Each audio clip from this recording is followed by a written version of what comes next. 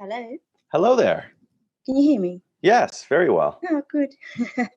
Not sure if it was working because I've never zoomed from my phone, but I'm just figuring it out. That seems to be working very well. Yeah. Yeah. Actually, I have a patient on the couch, so I can't stay for long, but I've really got a question that I would like help with. Okay, that sounds good. Basically, I put a case for fibroids that I shared on your page a while back, and I've been treating that lady. Blood stasis, liver chi stagnation. She's basically hugely frustrated. Fibroid came out in like 1.5 months. It was suddenly like a 7-centimeter fibroid, and she had flooding and leaking, and I had to like emergency stop the blood because it was just too much, and she was anemic, and she was nearly hospitalized because of... So you did stop the bleeding any way that you could, right? What did you do to stop the bleeding? I used a formula to stop the bleeding, and it immediately stopped. Good. That's not true, actually. I did something before. I misdiagnosed, and I treated like tonifying, and I made more flooding. Okay, that does happen. And I immediately then figured that I got that wrong, and I stopped the bleeding, and then I actually went for blood stasis mainly in my formula, and some other stuff, like I was treating other like a liver chi stagnation, and there was heat, and she's not sleeping, so there was like some other stuff that I was treating all in the formula, and it's going really well. Okay, good. Blood has stopped, obviously. Good. And because she also had sciatica, extreme headaches, like there was a lot of symptoms around this situation. So all of her symptoms have reduced and are fine. Her menses are regulated. Good. From wearing like a pad. Plus, she had to sit on, like, you know, I don't know what you call them in English. Sorry, because I'm calling from Spain, so I'm more in Spanish terms. But sure. like a granny pad, she had to wear like these, like just a really thick pad. Yeah, exactly. Like I think we might call them like a diaper. They're like nappies, actually. Yes. She had to, diapers. Yeah, diapers. Yeah. We call them. Yeah, she had to wear these every 2 hours. The bleeding was tremendous. Anyway, her periods are now regulated for the last 3 months. To come in on time, not bleeding between menses, and also a good quantity. And now we're kind of working more on like that she gets sleep and her energy. She has more energy, obviously, not losing so much blood. That's wonderful. My question is, and this I found now in 2 different fibroid ladies. Okay. Is that they now have this before their period, before their menses comes, yellow discharge, but they say it's urine, and I have to check with them that they put a tampon up to check that it's actually urine or not urine, and then they figure out it's not urine, it's coming from the cervix.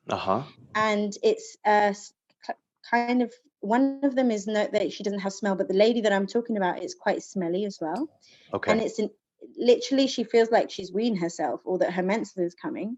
But it's actually this amount of liquid. And I've tried to find research on that. And in all the gynae books, I can't find, like, when you start treating that kind of pattern, what it evolves into. There's no, like, evolution of patterns in books. I haven't found any of that. But in Western medicine, they do say that if fibroids are breaking down, they release a smelly fluid, yellow kind of liquidy kind of fluid. Because it's not like... it's not like ¿cómo se dice in, how do you say this in English? Like, it's not discharge, it's like urine.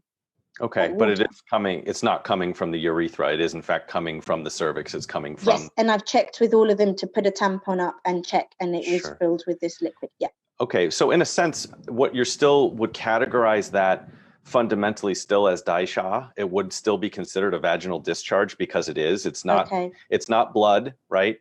It's not a serous or clear fluid. And it also has a smell. It has a foul odor, and it's yellow. Yeah. And so that really, the nice thing about that is that's indicating damp heat. And so you would treat that accordingly. That was kind of my thought. Yes, you would treat that accordingly, because in Chinese medicine, if you have that, I mean, it is a discharge coming from the cervix, from the vaginal meatus, and it does have a foul odor, and it is yellow. So none of those are normal or physiological processes or substances. So it does indicate, really, for all intents and purposes, a damp heat pattern in the lower jiao, right?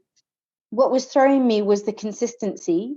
that it's thin, more right? liquid than a discharge. So I Mhm. wasn't I was like, I don't know. So sometimes, prior to menstruation, there will be a liquid discharge that will precede the menses themselves. It could just be a mixture of that. Yeah. It's entirely possible because fluids are thinner than blood and they will tend to precede, because of that, they'll precede bleeding. So oftentimes women will get a bit of a thinner discharge, a liquidy discharge prior to menstruation. There's a good chance that that's happening mixed with some damp heat. Okay, this is a big quantity. It's like she literally thinks she's weed herself when she's walking out and she has to go home or It's something. a large quantity of. All of these things have been quite in copious amounts. Mhm. And the So other woman who has a smaller fibroid and has had the same kind of sort of similar pattern has also had less discharge and less odor and less, she has a different, better constitution than this one. that's right. Yeah, So that's I guess it entirely goes that way. possible. So this patient, you said, I think in the beginning, did you say she was particularly frustrated or irritable, anything like that? 100%. She's very frustrated in her life in general. She has a very hard life, single mother to a child with lots of problems from birth. The father Mhm. abandoned them. She's a cleaning lady. She has all the worst sort of, these kind of things. And she has She's a weak very spleen as angry and well. frustrated. Spleen is weak as well. Yes, I'm treating spleen. Yeah. Okay, so what happens in these cases oftentimes, just in terms of generation of dampness and heat, is there'll be liver depression or liver chi stagnation will cause, it'll invade the spleen and the spleen will be weak and generate dampness. The dampness will pour down and mix with depressive heat from the liver, causing that. So that's Yeah, how you that get the makes damp heat. sense. That's what generates the damp heat. So either way, you're going to want to treat damp heat because it's presenting along with the other signs and symptoms. But is this relatively new? How long has she been having this particular condition? Well, since all the other symptoms started to get better, Hmm. so from May, June, like June-ish, I think June, July, so August Hmm. and September, these last two cycles, she's had this damp Okay, week so it's quite a just been lot. the last 2 cycles. Yeah, yeah, Okay, so I would treat that accordingly. I would course the liver, rectify the chi, supplement, boost the spleen like you're doing, and try to transform or drain that dampness and heat, okay. and see how that goes. It's probably something that's relatively new and won't last too long as you treat the patterns that you're seeing. Okay.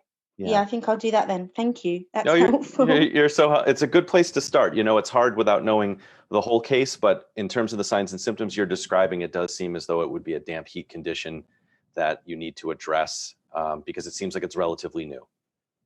Yeah, the only thing is I don't find any other symptoms around damp heat. It's only that, and it's because it's only at a certain moment of the month of the cycle.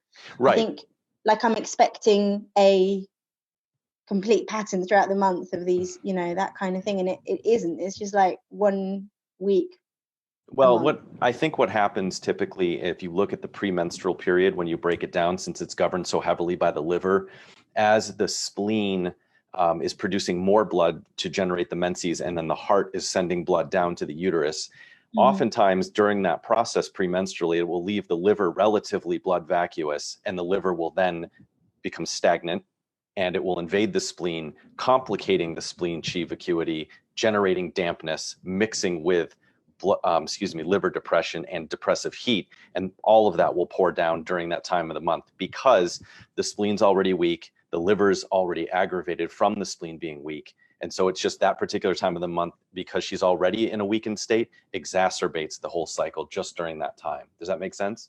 Yeah, it does. Would you recommend that I'd possibly put her on a two-phase formula, like one after the menses and one before the menses, in that sense? So I was thinking that. Sometimes that's appropriate, particularly if there's a premenstrual disease pattern that's manifesting or a menstrual disease pattern. It's okay to break it up. I don't always advocate breaking up the menstrual cycle into 4 distinct parts if you don't need to. I think that you really treat during the time that you need to treat.